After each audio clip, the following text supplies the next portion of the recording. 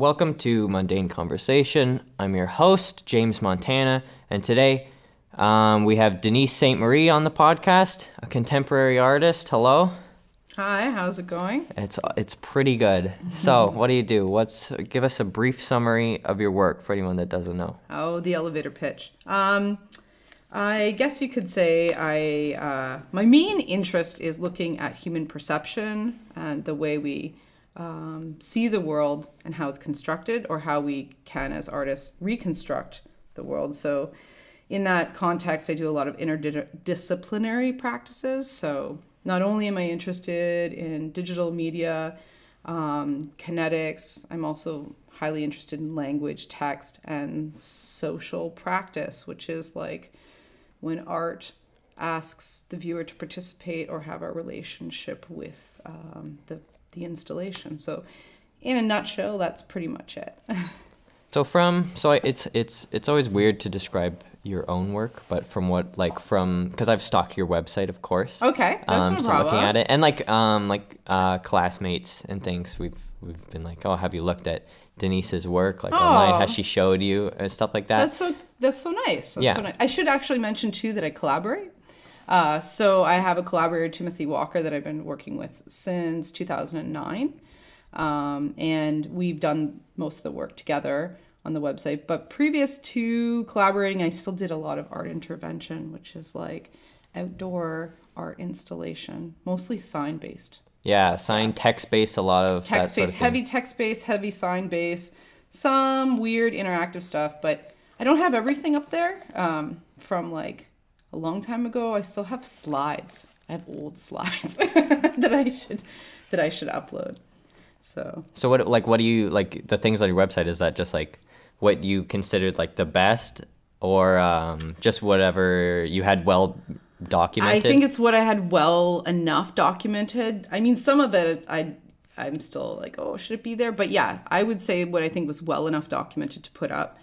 It's not the whole gambit. And then there is other stuff. There's lots of stuff, actually, that is, when you're an artist, you do projects that are more experimental and you're not sure like where it's going. And maybe you don't feel it has like a concise sort of like envelope to it where it feels like it had a beginning point and a finish point. So some of that stuff doesn't really get its due either. In the digital sort of internet realm, it doesn't get up there. Yeah. So I guess it's good to kind of familiarize our audience then with the different work that you do. So what out of the projects that you have done in the past, which ones do you think were like particularly successful? Just to talk a bit about some of specific examples. Specific example? Yeah. I usually go to probably some things that are a little bit more well known, like the Talk to Strangers, I think, was very successful, sort of like monumental moment for me when we had sort of decided to move to Toronto and become more integrated into the Toronto art scene. And I was attempting to really like get to know people there. And I really wanted to be in Nuit Blanche, or what was called Scotiabank Nuit Blanche at the time. And I had this idea that I didn't ever think I would pitch to Nuit Blanche right away, but I was pitching to a variety of, like a subway platform. They had these video monitors. I pitched it to that. I pitched it to a variety of places. And over 4 or 5 years, it kind of just continued to grow. And ultimately, it oscillated and changed. And my collaborator, who's not here today, would say that he told me to give up on it, because it was kind of like, well, when you hear so many no's, you think, oh God, maybe this is, no one wants to see it. But I didn't give up, and we pitched it at the right moment to Scotiabank Nuit Blanche, to Buildings and Bodies, that was being curated by Christine Ricci at the time. And she called us in for like some quasi interview that was sort of like, well, what would you do and how would this look? And we ended up being at Yonge and Dundas Square with this sort of massive stage, and we made these large scale signs and had these sort of people that we trained called encouragers. And it was sort of a social setting where people could come in and learn instructions, sort of tongue-in-cheek, comical instructions on how they would talk to strangers. And this is like an outdoor Art event.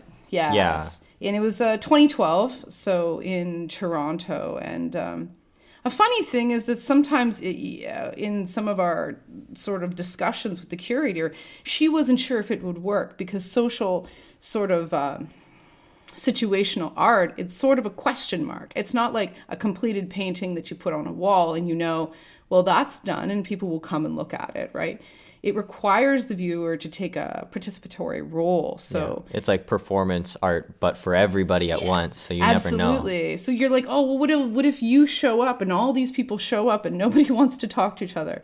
But I think that, you have to have like a sort of a psychological understanding of humans, and you're not going to choose to do a project in which you haven't done the proper research. So I personally felt like 100% this is going to succeed in this environment.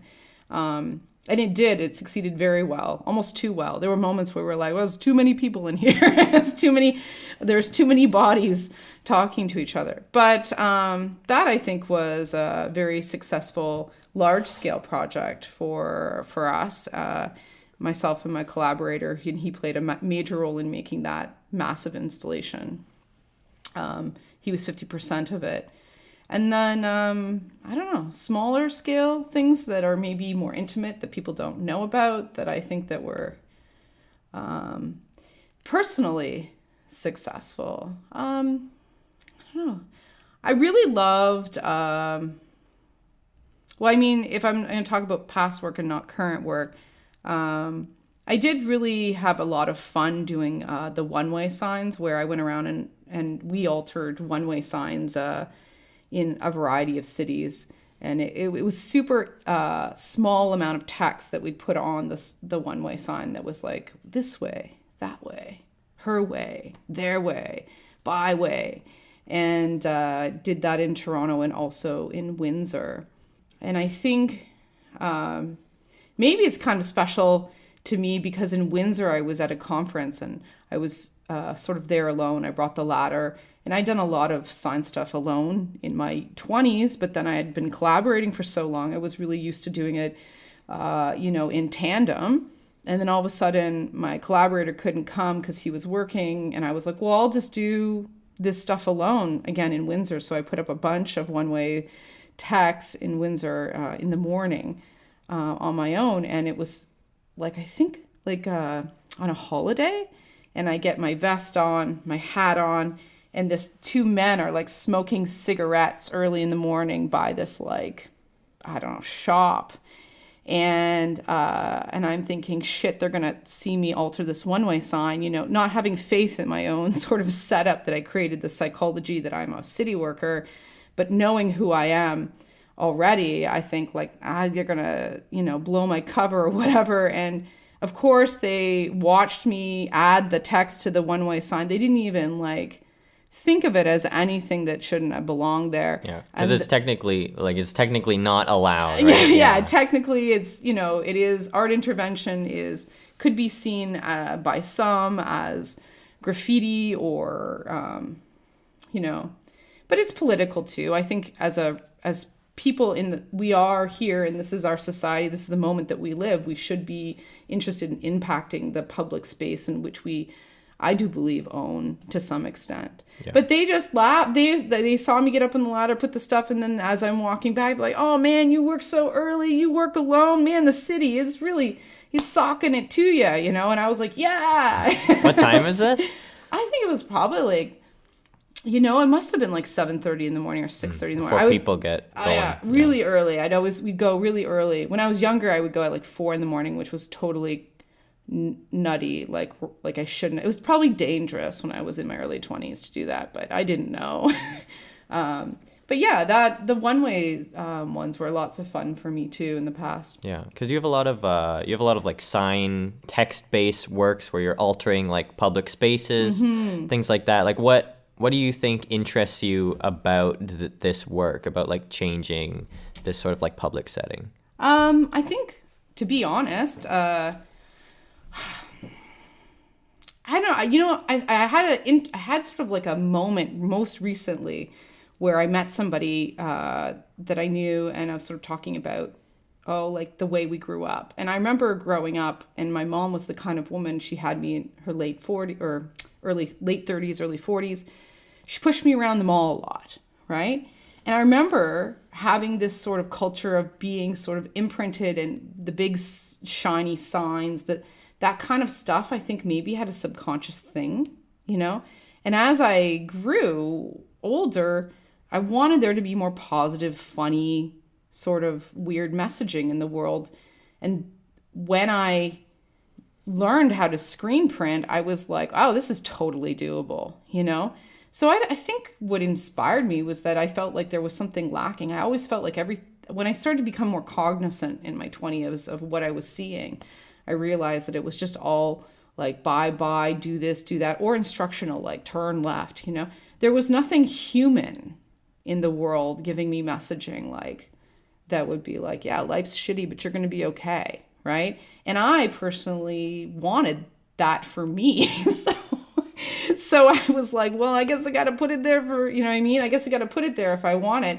And I really never thought about it as, never even crossed my mind that I couldn't. And I think that was probably a blessing for me, because if I realized that I couldn't, then that it wouldn't have occurred. I just didn't think about it that way. I just thought, I'm here, I'm alive in this timeline, I'm going to put it in there. And all these other people put it up and put it in there. And I don't think that I'm any different. And then, of course, it sort of changed and started to translate it as time grew, and people started to see it and get some reaction that they were happy that it occurred. Then I realized, it wasn't just my sort of silly joke for me or thing for me. This is really becoming about other people. And that's when I think I shifted in my 20s and really wanted it to be for more of the public space. And I really wanted to make an impact. I sort of just began to it wasn't just a joke anymore. It was it was a thing that was doing some kind of good, right? So. Yeah. Well, yeah, because there is something interesting about the public space is very formal. It's very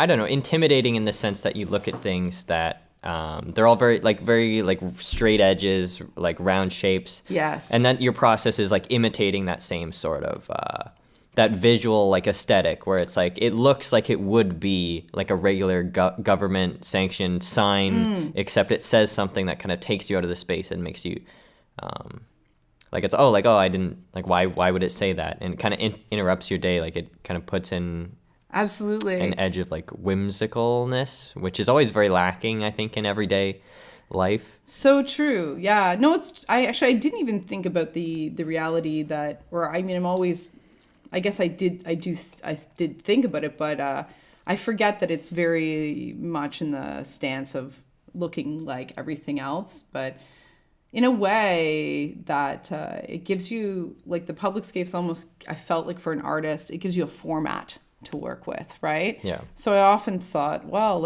just use the format that's there because it's working, right? And change it. But yeah, the outdoor work was lots of fun. I still enjoy it, and we're still doing some of it, but now it's more sanctioned stuff. It's more inside gallery work. Well, yeah, we have a whole new sort of 5-stage installations piece that we just recently finished and are starting to show, and then also we're doing a few pieces for outside. But one of the most recent projects, for instance, is we did a piece for Kafka, which is the Contemporary Art Forum in Kitchener, and it's this big sort of public art, what would you call it, festival, right? And so there's sort of public art all over for 1 month.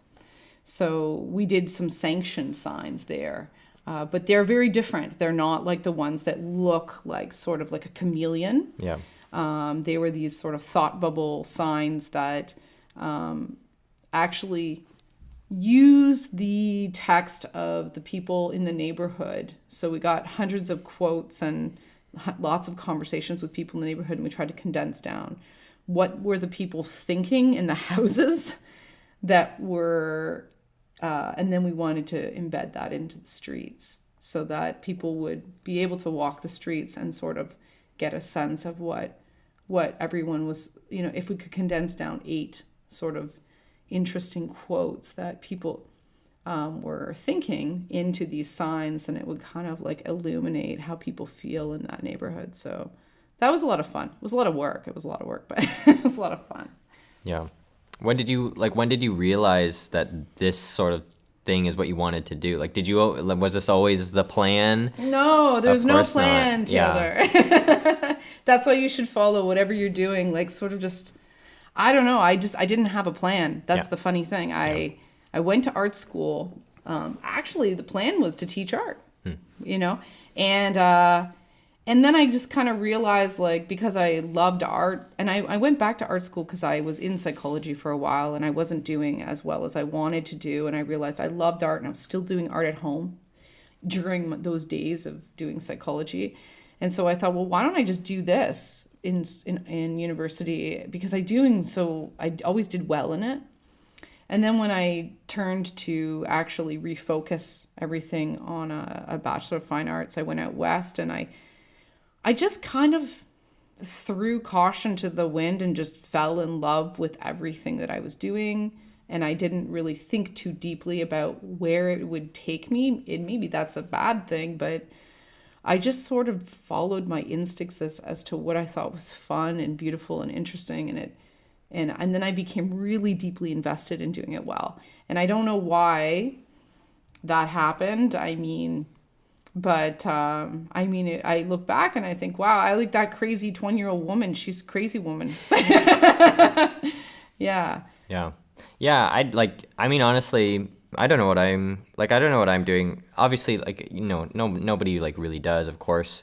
But I just know that this sort of thing is important to me to pursue, I guess, that artwork is good. It's important. It connects people.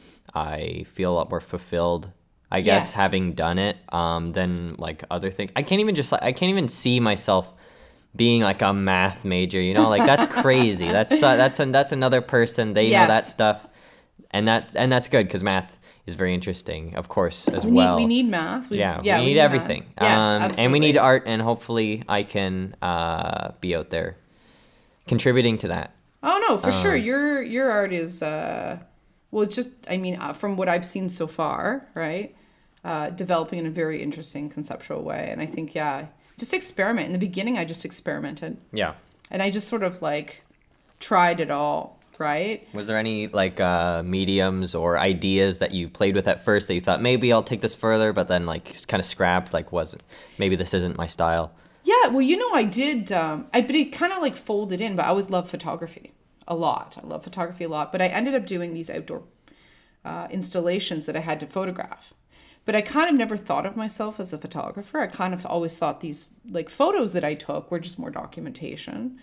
But I still feel like photography sort of has got folded in, even though, but yeah, there's so many. The thing is, as you age as an artist, for me anyways, now I see all the art mediums. I'm like, oh,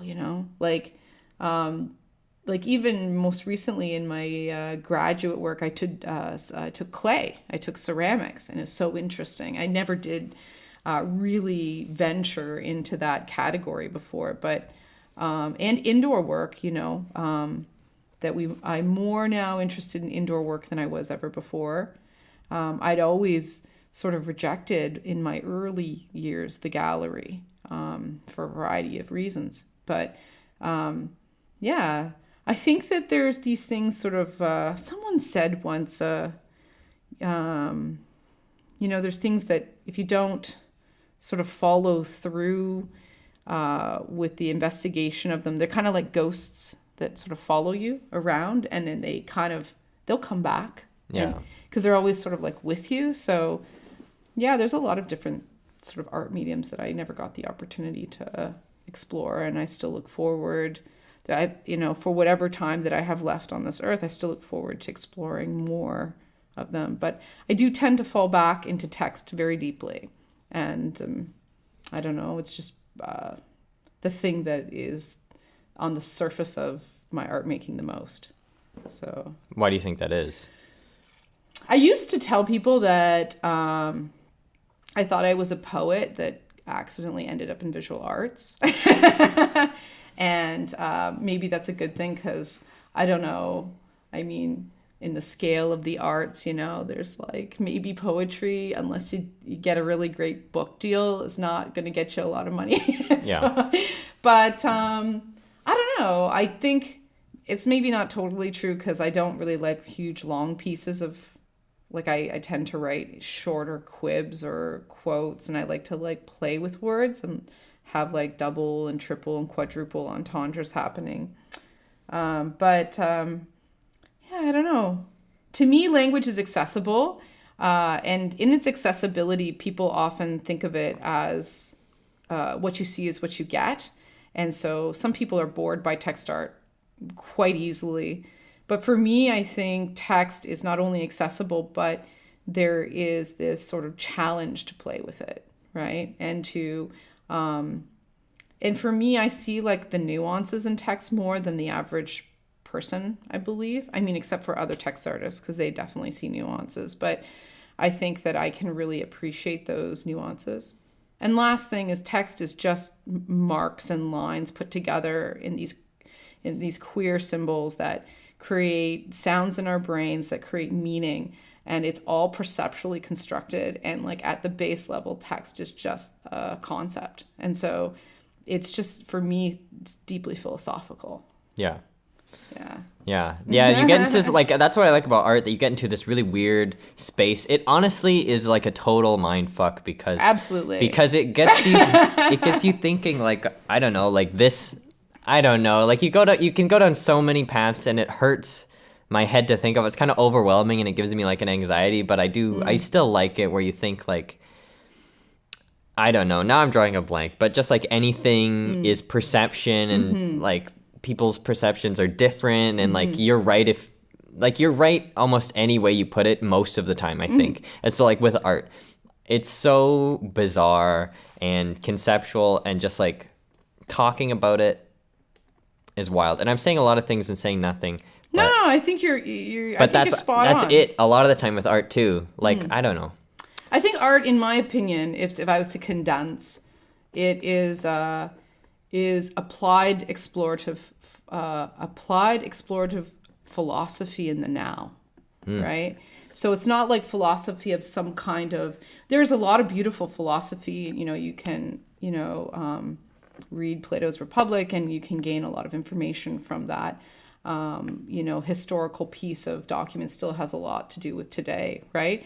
But I'm talking about like the things that you're doing in the very moment of like 2019, I can't believe it. And what you're exploring is like, it's very applied to you in this moment. Yeah. Right? And I think that like people talk about like what is art, and I think that only can really, I think that differs from person to person. Like, of course it does, but I think the definition of art itself, I don't think anyone will ever agree on it. Like, even person to person, I think there's some little tiny thing that'll make it at least a bit different. And to me, I don't know, I always subscribe to the whole thing of like, art is what is declared to be art. Like, I don't know, just like, and I think people put too much pressure for art to be important. The art doesn't have to be important. People put too much pressure for art to be good.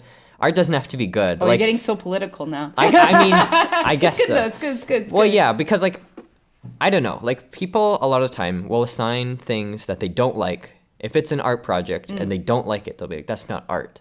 And I will disagree with that because I don't know. Even if you don't like it, it's still art. Like, art isn't inherently interesting. Art isn't inherently, and I don't want to say like good and bad art, because of course that's so subjective. I think good and bad art exists, but I think it comes down to intention mostly. I think that's it. That's it. It's intention, right?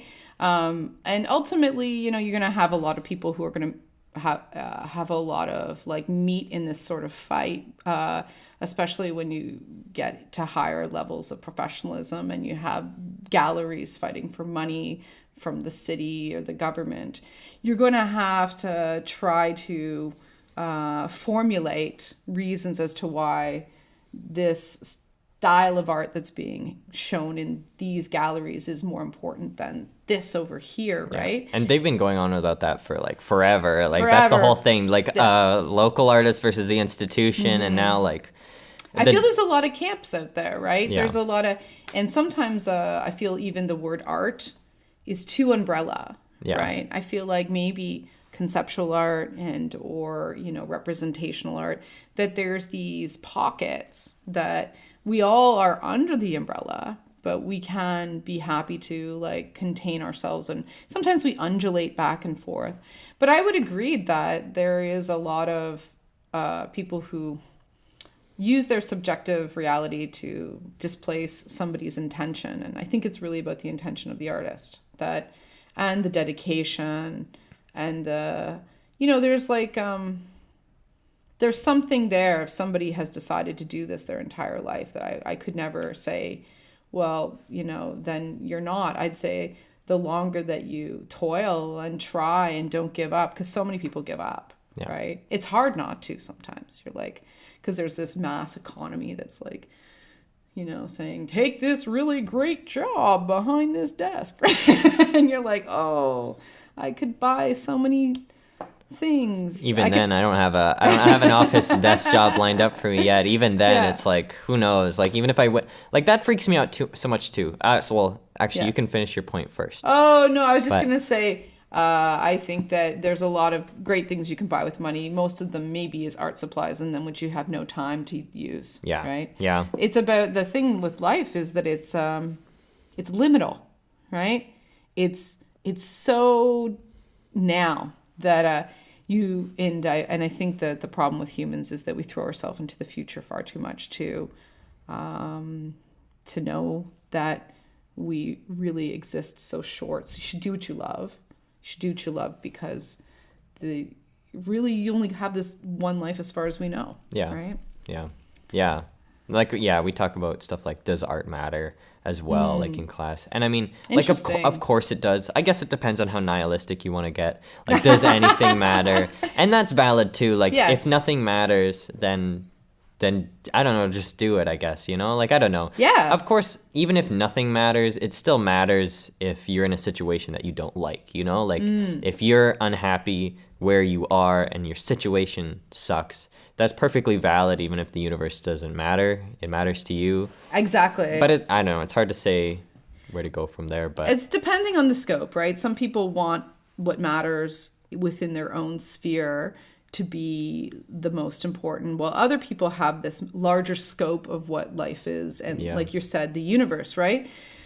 Some people have this ability to sort of look outside of themselves, outside of the planet, and even can almost reach their mind into that sort of big questionable picture. Now super like spirituality now, and like social, political, like global, environmental stuff. Like, I've never been able to I don't know. I'm still figuring out all my ideas, but I've never been able to get super passionate about, and I like different political ideas, what I mean? Like, for artwork anyways, like, because some artists devote like their entire career to talking about one like major global idea, and that's pretty crazy to me, because at least right now I'm pretty invested in things like that are personal to me and that they matter to me, and I'll show you, and like maybe we can have a connection over that, and I think that's very nice. But everybody approaches it differently. I think that if you really investigated that person's interests, the person who you imagine just doing this social political thing their whole entire career, if you got really into the meat and the grit, there's something in it for them.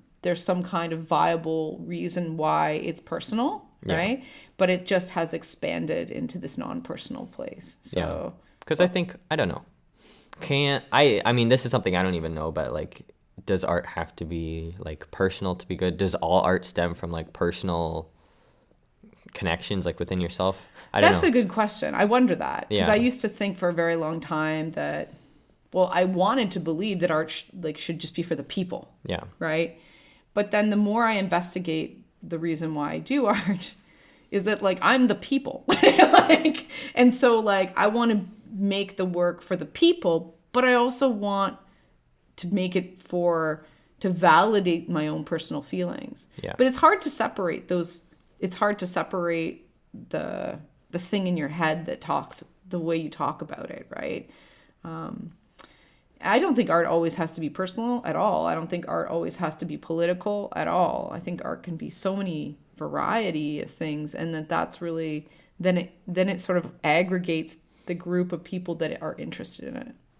You know, there's that group of people that want just serene beauty to look at, and so they can think of nothing other, right? Yeah. Then there's other people who want it to say something super crazy, right? And then there's some people who want it to reveal some kind of pain about the world so that we can maybe figure out a way how do we get out of that pain, right? But anyways. Do you think in 2019 there's still like ground to break? Is there still original artwork? Can we be original? I always felt like we could never be original in art, because I always felt like there's way too many people in the world who are always constantly making and thinking that we don't know about. Now, are they famous artists? No. I used to joke to one of my friends. I remember having this conversation with Ian Campbell when I first met him, and he's actually a professor at the University of Regina. I hope I got that right. And he was doing this crazy thing in studio in Sculpture One. And he was down taking photographs of this little maquette or something he made. And I said that I had made some comment that nothing was original at that time. And he's like, no, this is original. Or he was trying to sort of oppose my thoughts. And I remember saying to him, there's some man in Germany who's unknown, never will be known, doing the same thing that you're doing right now in his basement. The twin shall never meet, right? But I think with technology, it's a different story, because, yeah, you're going to be making new art with new mediums. Is the idea then going to be different? Yeah, because art advances as technology advances, as anything advances, like, because everything is so ingrained with one another, like all the different like subjects out there. Yeah. Like we're coming upon so many new technologies. Like I don't think like way back when the Impressionists were aware that like, I don't know, like abstract expressionism was going to be such a thing like later on. I don't know. Like who knows what we're not aware of because we're too busy not knowing to know. You can't bite your own teeth, right? You use your teeth that's some quote somebody said that I don't know who it was, but it's great. I love it because it's impossible. Yeah. Right. So who knows? Like I think especially like and now like back to you and your work, like you're dealing with more like robotics and like moving parts technology. That's right. And that sort of thing, like because I think kinetic sculpture artwork and things like obviously like it has been happening and it is happening. But I think it'll continue to grow, and there's still lots of new ideas to explore there. Oh yeah. VR, I think VR is amazing. Something like because we're just like starting out with that. Like, do you know like VR chat? I don't. Have you seen anything like that? I know. I don't. I've heard of it. I know of people who've made art projects with VR, and I feel terrible that I've said that I've wanted to go to so many different VR sort of art openings and haven't had the opportunity. I was at a VR art opening actually in Hamilton, but there was such a lineup to get on the VR, right? Of this one piece that I didn't get a chance to see it. But I do think that it's a whole other realm. Yeah. But then I have this conversation with my collaborator because we fight about like, but then what about the ideas inside the VR, right? Yeah. I don't think you can push to new places without having some kind of like income of ideas, and the income of ideas are often still like formulated in the human brain, right, through our experience and I don't know, imagination. So I think there's a new medium there. There's like, and people want to push art to all the, like every time science discovers something, like the artist is on top of it. You know what I mean? Like I still dream about art in space, even though I know that'll just cause more space trash. Yeah. There's so much out there left to figure out, that there's so much more to make art about. Like I don't know. It's hard to say whether or not the ideas are exhausted, but I guess you could say that if you wanted to be nice about it, you could argue that maybe everything is original all the time, because like because as the artist, the art you make is an extension of yourself. Yes. And I like to be cheesy and say that everybody is like perfectly different. Yes. Everybody has that unique aspect to themselves that they're selling in their work, probably even more so than the work itself. I think the artist is an important commodity, and you are the most important thing that you can sell to other people. I think that every person is unique is true as far as we know. I mean, there's still, even when they have the twins, they still find these unique aspects. I definitely think that even if art is like, even if you find two pieces of art that completely idea-wise feel identical, there's always this like unique strain. Like even with my friend Ian, he had that. It really wasn't true that even if there was an identical piece of art in the world that was like what he was doing, there's still going to be this like tweak, this like imprint, this like soft thing that is always going to be you. So I don't get really too excited or upset when I see people who make similar pieces of art. I'm not that type of person. I just don't believe art, like people will totally disagree, you know, but you know, artists are always like worrying about their ideas getting stolen or something being taken, you know. And I just think, gosh, how can you, I mean, people think alike, right? People think alike. Those big ideas are going to be out there, you know, but it's worry more about that soft tweak that you do to it. That's what makes it yours. Yeah. And like if intention and context matters in art, which I think it does, then of course, like anything that you make, if you trace back the context, like no one else can live and see everything that you've seen, so that like therefore what you make will be something that is like not reproducible by somebody else in a way. I would agree in your heart, right? The only place that people will disagree is that, you know, maybe you make something and then that same sort of idea is made super famous by somebody else. And that's where people get kind of upset. They're like, I thought of that, you know? Yeah. And I'm like, well, you still thought of it. It's still yours. It's still your art in your sketchbook. It's still your art in your mind. That idea, even though you shared similar thoughts with this famous artist that made it, doesn't mean that you still can't make it. Yeah. Like people think, oh, I can't make that now because someone else made that and made it. Whatever. Yeah, it just sucks because now you're not getting paid. Don't think about it that way. You'll make it better. Yeah. Okay. Well, I have some questions then from our lovely, I don't know, people I've asked. Sure. So question number 1. How do you stay motivated or stay confident in your role as an artist? Oh gosh, that sounds like an interview question. I think, first of all, it's hard to stay motivated and it's hard to stay confident. And I don't know if I feel like internally I've ever been successfully motivated or confident. Yeah. I think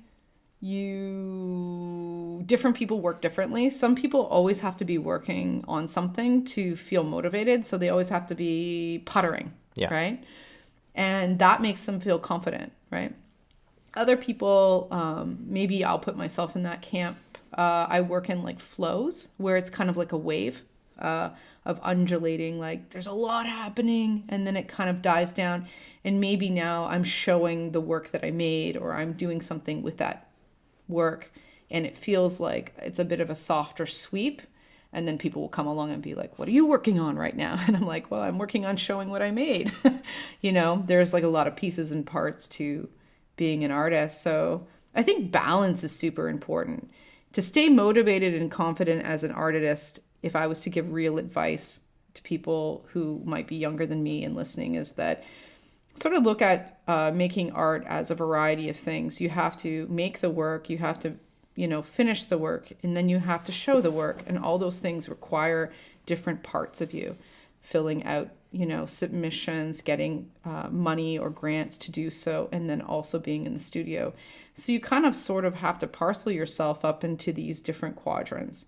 For me, I sometimes find making submissions or writing grants a kind of nice downtime to making. because the making part is super like emotional, and there's all these like problem solving things happening with frustration and happiness at the same time.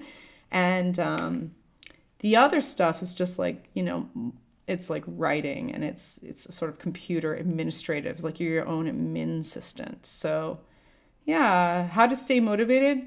For me, I think parceling things out, but it's very hard. Like, you know, everybody should feel validated that it's difficult. Like being alive is difficult, let alone doing anything with it. Yeah.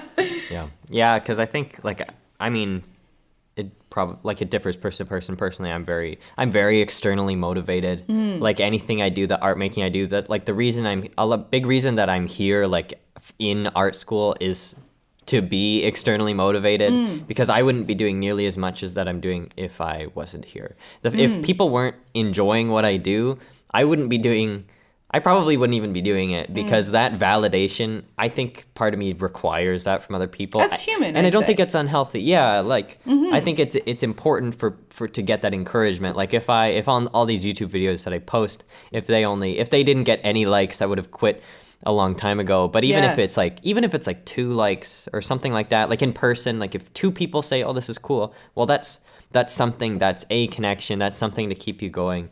And like that demand, that, well, maybe it's not even demand, but even just like satisfaction is demand in a way. Absolutely. Actually, what you answered your own question better than me, which I think is to have a community of people around you, either doing things that are like, have a community of artist friends that they can share what they're doing and you can share what you're doing, or having a community of people that enjoy your work and you continue to make it for, even if it's just a pocket of people. Yeah. And I left all that out, which is actually ultimately like, I think one of the reasons when I left art school in the beginning of my BFA, I missed being around artists. And I still say that I love artists the most of all different types of people. Yeah. And I don't know why. I just think that they're like little interesting creatures. Oh yeah, because I think as like yourself, like you are your biggest critic, that they say. So like if you didn't have at least one person, at least one external source of consciousness feeding you some kind of positive feedback, you just tear yourself apart, I think. Maybe that's not universal. It would be for me. I know other people that would be true for. I don't like, I guess I do art for myself, but not really. Like, well, you need for the audience. You should try to have an audience. I mean, we're making it for ourselves maybe at first, but then we want to know what other people think, right? Yeah. I don't know. I think artists tend to be huge critics of and full of, not every artist, but a lot of artists are full of a lot of self-doubt. But I definitely think that there's a lot of other people out there in different careers that are full of that self-doubt. But for artists, they tend to have a platform to sort of discuss that self-doubt more, either in their work or even when they talk about pre-making the work, right? With each other or with the audience. So yeah, self-doubt is terrible, but also motivating in some weird undulating way. Like if you doubt it, then you want to like try to undoubt it by doing it, or I don't know. There is a freeze factor in doubt. And I think art teaches you how to be decisive amongst doubt. So in the end of the day, you got to make a decision, right? It's either going to be black or blue, you know? It's either going to be on the wall or on the ground. Like at some point you have to decide, despite all the doubt. So I think art is a great teacher for the doubt inside us. Because we have to I always see it as like the thing that you make is like some kind of thing that teaches you about who you are, and then you can reflect and learn more about yourself at the same time as other people are talking about it. So yeah, it's kind of like a beautiful like little book object. Okay. So then what kind of, another question, what ideas influence you and your artwork the most? So like, what are your external influences then? Whether that be from other artists or just anything really. I think it always is change, right? So like when you're younger and you're in different cities used to influence me. When I was like living out west, I was deeply influenced by the streetscape.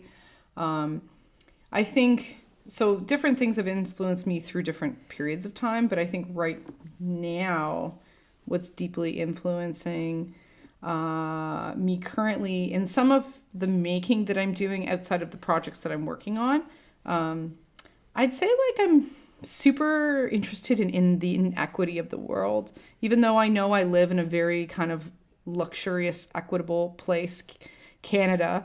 I'm aware of that, but still there's inequity within Canada. And I, as I age, I just am more focused on that and the reality that we have constructed and the pecking orders in society. And I do, I am focused more now in my text writing and that kind of stuff in the last like year or two, just thinking about those inequities. Also, the other thing that I am very deeply influenced currently is I'm very much aware of death. So I know that sounds like dark and morbid, but 2 years ago, or not 2 years ago, 2017, something happened. I had some surgery, and there was some things that like there was this moment where I was like, oh, could I have cancer?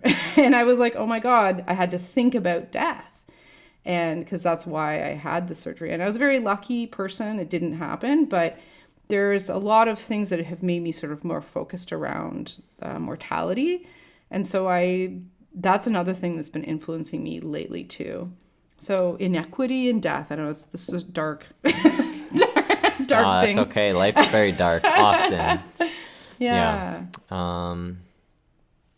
Yeah. There you go. Yeah. So, okay. And then our last question then sent in from somebody. What would your advice be for a young artist then? I guess in this, presumably from a student situation. Student situation. Oh gosh, I guess like, well, it'll probably sound rote. Like I'm sure I probably said this to yourself or others. But maybe two things. One is super simple, just persist. Right? Like persistence is key. And if that persistence is exploratory, meaning if you're bored by doing one thing, try something else. If you don't like the idea that you've come up with, do it again and again. I'm super into trying one more time. So I think that persistence is like really important. And that you can apply to all categories. Persist in, in applying your art to galleries. Persist in introducing yourself to curators, or introducing yourself into new art crowds or new networks. Just persist in all things. But the other thing that I would say is surround yourself by other artists that you admire. And those can be like your friends and your colleagues. But if there's somebody that you admire who's making around you and you're like blown away, you're like, I don't think that way at all, like I just don't, right? But I think this other way. I'm a 2D thinker, you're a 3D thinker, or you're a digital thinker and they're painting, right? I think the diversity of art is inspiring. And so when I meet people that are doing things that are deeply different than me, I'm deeply inspired by their ability to think that way. And I don't get jealous. I get excited, and so I think surround yourself with like a nice group of people that are diverse, doing art that is diverse. It's not always like you're hanging out with all the artists that are doing the same kind of art as you. And I mean, it can be good, but I prefer the diversity a little bit, just so that it keeps me in check and makes me realize, wow, there's so many other things that I can honor that I can't do, and I'm just sort of in awe of people that can do them. So yeah, I have lots of I am not a painter, but I have lots of painter friends, and I'm like, you're an amazing painter. I can't paint. And they're like, well, I can't do what you're doing. That's some crazy stuff, right? So surround yourself with great artist friends, and then just persist incessantly.